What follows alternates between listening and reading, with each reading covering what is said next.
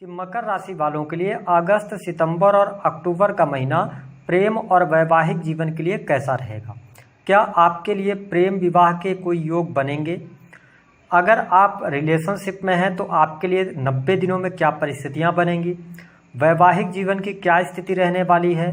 संतान प्राप्ति का योग बनेगा या नहीं बनेगा? और आपके साथ में धोखा कौन करेगा, इस पर भी हम विचार करेंगे। और 3 संकेत बताएंगे, यदि आपके पार्टनर में या रिलेशनशिप में ये संकेत आपको मिल रहे हैं तो आपको सावधान होना चाहिए। तो चलिए वीडियो की शुरुआत करते हैं। और सबसे पहले बात करते हैं कि जब अगस्त 2024 की शुरुआत होगी तो आपके लिए ग्रह गोचरी स्थितियां कुछ इस प्रकार की रहेंगी। मुख्य रूप से हम बड़े ग्रहों को ध्यान में अगर रखें तो गुरु और मंगल की युति आपके पंचम भाव में रहेगी, है ना। मंगल देव 40 से 45 दिनों में अपना राशि परिवर्तन करते हैं। वही यदि हम बात करें आपके लिए शनिदेव की, तो शनिदेव की 7.5 में आप चल रहे हैं। शनिदेव आपके प्रथम और दूसरे के स्वामी होकर दूसरे भाव में ही या वक्रीगत अवस्था में गोचर करेंगे। राहु 3rd हाउस में गोचर कर रहे हैं। केतु आपके 9th हाउस में गोचर कर रहे हैं। सूर्य की उपस्थिति 16 अगस्त तक आपके 7th भाव में रहेगी। उसके बाद इनका ट्रांजिट हो जाएगा। शुक्र बुध 20 से 25 दिनों में अपना राशि परिवर्तन करते हैं। तो इन सभी ग्रहों को ध्यान में रखते हुए हमने आपके लिए महत्वपूर्ण राशिफल तैयार किया है। आइए जानते हैं कि आपके लिए समय कैसा रहने वाला है। देखिए, जब हम बात करते हैं मकर राशि की, तो आपके जो राशि के स्वामी बनते हैं ना, वो शनिदेव बनते हैं। और मकर लग्न या मकर राशि वाले जो जातक या जातिका होते हैं, ये थोड़ा सा इनका जो स्वभाव होता है ना, बहुत ही हंसमुख स्वभाव होता है। साथ ही ये जीवन में हर किसी व्यक्ति के साथ में गलत करना पसंद नहीं करते हैं। ये लड़ाई झगड़े वाद विवाद से भी दूर रहना पसंद करते हैं। सलीकेदार होते हैं, व्यवस्थित होते हैं, व्यवहार कुशल भी होते हैं। और मैंने देखा है कि इनकी आंखें भी काफ़ी खूबसूरत होती हैं। लेकिन मकर राशि वालों के साथ में एक दिक्कत ये रहती है कि ये जीवन में जिस भी कार्य को कर रहे होते हैं, अगर जब ये कार्य की शुरुआत करते हैं तो बहुत एनर्जेटिक रहते हैं, बहुत अच्छी प्लानिंग करते हैं, लेकिन उसको इम्प्लीमेंट करने में पीछे रह जाते हैं। और जीवन में जब इनको चुनौतियाँ आती हैं या इनके कार्यों में इनको सफलता नहीं मिलती तो ये उदास और निराश बहुत जल्दी हो जाते हैं। ठीक है, हालांकि अगर देखा जाए तो इनको मैंने प्रेम जीवन में बहुत अच्छी सफलता पाते नहीं देखा है। या तो ये अपने मन की बात मन में ही रख लेंगे और प्रेम करते रहेंगे, यानी कि मन की बात कह ही नहीं पाएंगे। और अगर किसी तरीके से रिलेशनशिप में आ गए तो इनका पार्टनर इनको धोखा अवश्य देता है।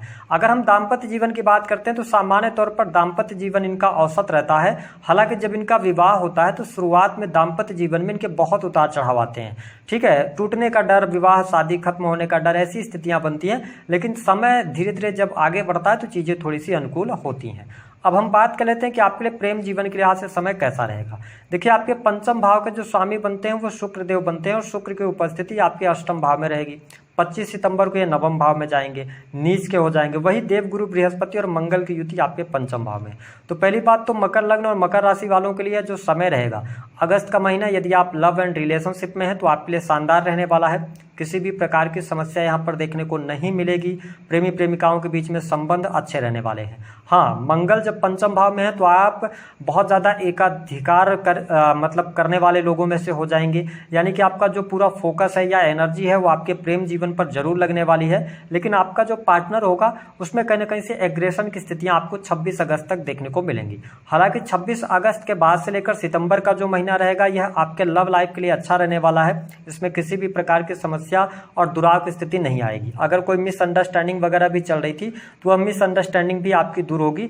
लेकिन मकर लग्न और मकर राशि वालों, यहाँ पर जब आप देखें कि 25 अगस्त से लेकर और 10 सितंबर तक थोड़ा सा अपने जो आपके पार्टनर हैं उनका लॉयल्टी टेस्ट जरूर करते रहिएगा। यहाँ पर आपके साथ में चीटिंग हो सकती है, धोखा हो सकता है, इसका आपको ध्यान रखना है। हालांकि अक्टूबर के महीने की यदि हम बात करते हैं तो अक्टूबर का महीना प्रेम जीवन के लिहाज से अच्छा रहेगा। किसी भी प्रकार की समस्या नहीं आने वाली है। यदि आप प्रेम विवाह की तरफ आगे बढ़ना चाहते हैं तो मकर राशि वालों, आपके लिए भी प्रेम विवाह का कोई बहुत अच्छा योग बन नहीं रहा है। यद्यपि अगर आपकी दशाएं चल रही हो, गुरु की दशा में आप चल रहे हैं या चंद्रमा की दशा में चल रहे हैं, तो संभावनाएं थोड़ी हो सकती हैं। लेकिन यहाँ पर प्रेम विवाह का अभी आपके लिए योग बनता हुआ नजर नहीं आ रहा है। हाँ, प्रेम जीवन में ठीक ठाक स्थितियां आपके लिए रहने वाली हैं। अब हम बात कर लेते हैं कि आपके लिए वैवाहिक जीवन की क्या स्थिति रहेगी। देखिए आपके सप्तम भाव के जो स्वामी बनते हैं ना वो चंद्रदेव बनते हैं। सूर्यदेव रहेंगे आपके सप्तम भाव में 16 अगस्त तक। यहाँ पर समय अच्छा नहीं है। जीवन साथी के साथ में टकराव, अहम के कारण रिश्ते में कमजोरी आपको देखने को मिल सकती है। ठीक है, साथ ही क्यों, क्योंकि सूर्य तो यहाँ पर गोचर करेंगे ही, और यहाँ पर राहु की पंचम दृष्टि भी आपके 7th हाउस पर पड़ रही है। तो 16 अगस्त तक का टाइम फ्रेम बहुत अच्छा नहीं है, लेकिन 16 अगस्त के बाद धीरे धीरे परिस्थितियां आपके लिए अनुकूल होंगी और सितंबर का महीना आपके दाम्पत्य जीवन के लिए अच्छा रहने वाला है। हालांकि आपको बता दें कि अगस्त की शुरुआत के जो टाइम है इसमें आप अपने पार्टनर के साथ में किसी धार्मिक यात्रा पर जा सकते हैं, लंबी दूरी की यात्रा कर सकते हैं, ऐसी भी स्थितियां दिखाई दे रही हैं। यदि आपके सप्तमेश की स्थिति पत्रिका में अच्छी होगी तो कोई बहुत ज़्यादा प्रॉब्लम, कोई बहुत ज़्यादा समस्या नहीं आएगी। थोड़ा अहम के भाव से बचने की आवश्यकता रहेगी। सितंबर का जो भी महीना होगा तो वो बेहतर है आपके लिए। कोई बहुत ज़्यादा निगेटिव स्थितियां सितंबर का महीना लेकर नहीं आने वाला है। आपका दाम्पत्य जीवन ठीक ठाक चलेगा, है ना। और इसके साथ में थोड़ा सा भ्रम से बचिएगा, क्योंकि आप यहाँ पर भ्रमित हो सकते हैं, या कई बार ऐसा होगा कि आपके परिवार और आपके जीवन साथी के बीच में सामंजस्य नहीं बन पाएगा। ठीक है, तो ये चीज़ें होंगी और आपके मन में परिवार को लेकर और अपने जीवन साथी को लेकर असंतुष्टि रहेगी। तो इन चीज़ों से आपको बचने की सलाह ग्रह सितारे दे रहे हैं। हालांकि अक्टूबर का महीना यदि देखा जाए तो यहाँ पर मंगल देव कर्क राशि में आएंगे और नीच के हो जाएंगे।